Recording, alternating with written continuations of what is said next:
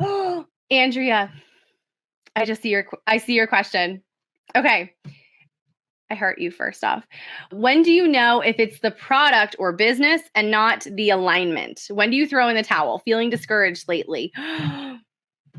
Andrea, okay, first off, hugs. Because if I had a nickel for every single time that I have thought, like, maybe it is just a sign from the universe that I need to quit, that I just suck at this. I'm not kidding. I allow myself to kind of go into those thoughts. I'm like, okay, why do I feel this way?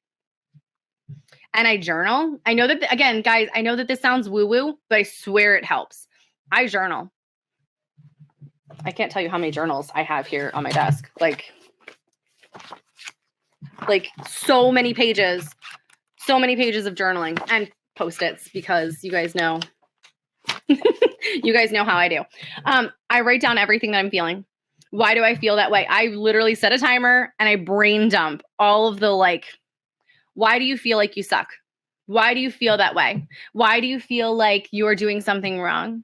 Why do you feel like this isn't for you?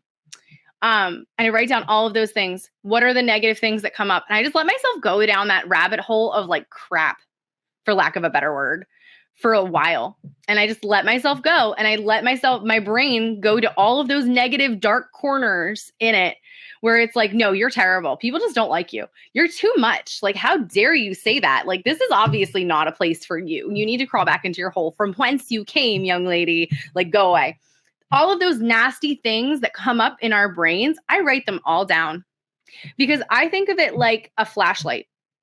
Okay. In our minds, in our brains, especially, I'm not a psychiatrist. I'm not claiming to be.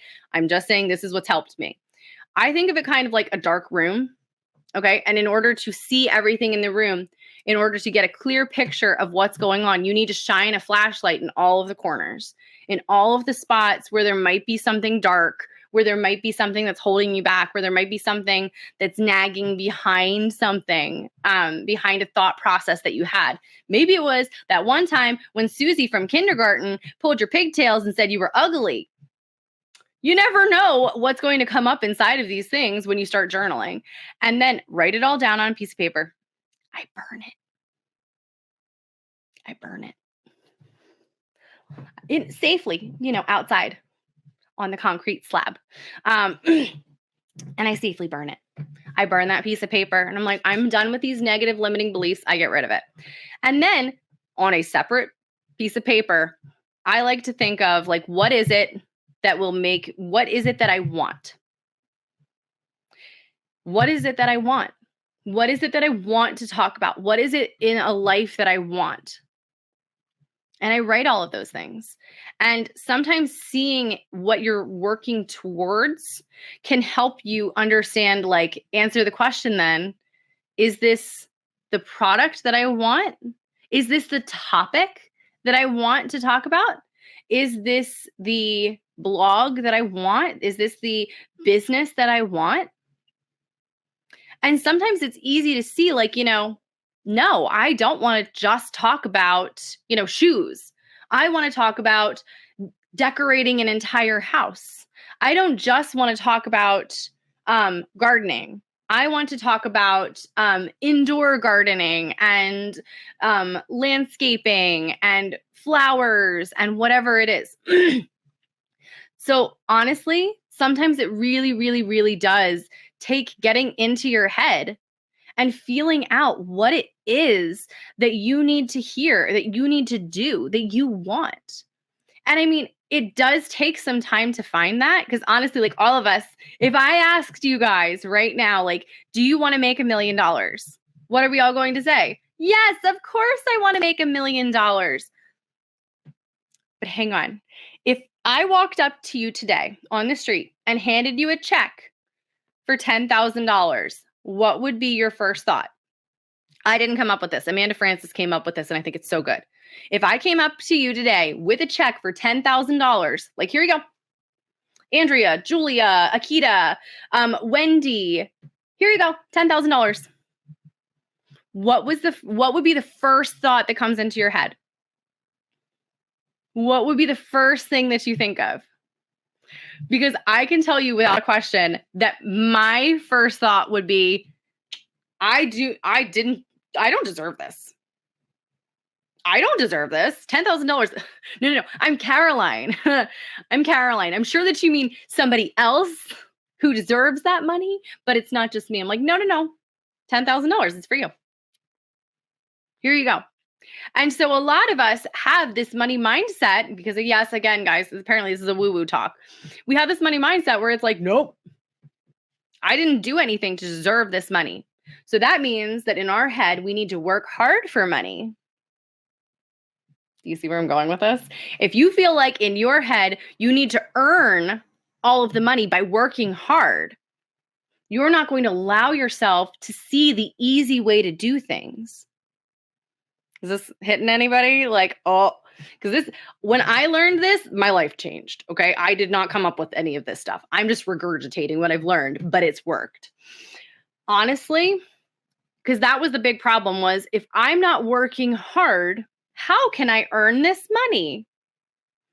What does working hard look like?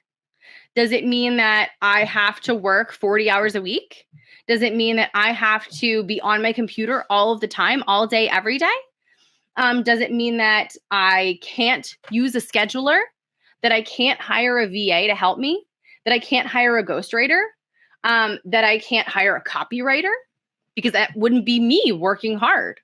So all of those kinds of things come back to us and the way that our brains are working, the way that we've been conditioned to think and expect life to work for us or not work for us. So when it comes to like the way that we're thinking things about our product, about our business, sometimes we do just need to brain dump and just let it all come out and not be judgmental. This is like, my 11-year-old is in a science class, a STEM class, where they're learning about like the scientific method. And one of the processes of the scientific method is coming up with your hypothesis. And there is no like bad answer, or there's no like bad thing that you can say when you're coming up with this. Same thing with like brainstorming. There's no bad thing that you can come up with when you're brainstorming. No such thing at all.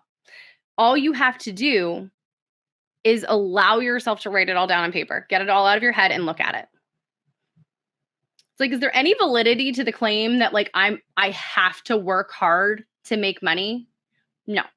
Because you can look around at like, celebrities, for example, like Kim Kardashian, girls just walking around in latex outfits like all the time, going out to dinner, and every breath she takes, she makes $1 bazillion. Oprah friggin' Winfrey. I know that she works, like same thing with Kim Kardashian. Like I know that all of them work, but at the same time, it's like they're able to live their life. Oprah just sat in her garden and interviewed Prince Harry and Meghan Markle. Like she sat in her garden and made $1 bazillion. Is that working hard? Do they have to work hard? No. Did they work hard in the very beginning? Abso-freaking-lutely. But is it the case that you need to work hard constantly to deserve your money? No, it's not the case. So I wanted to say that. Okay, Andrea, I hope that helped. I hope that helped.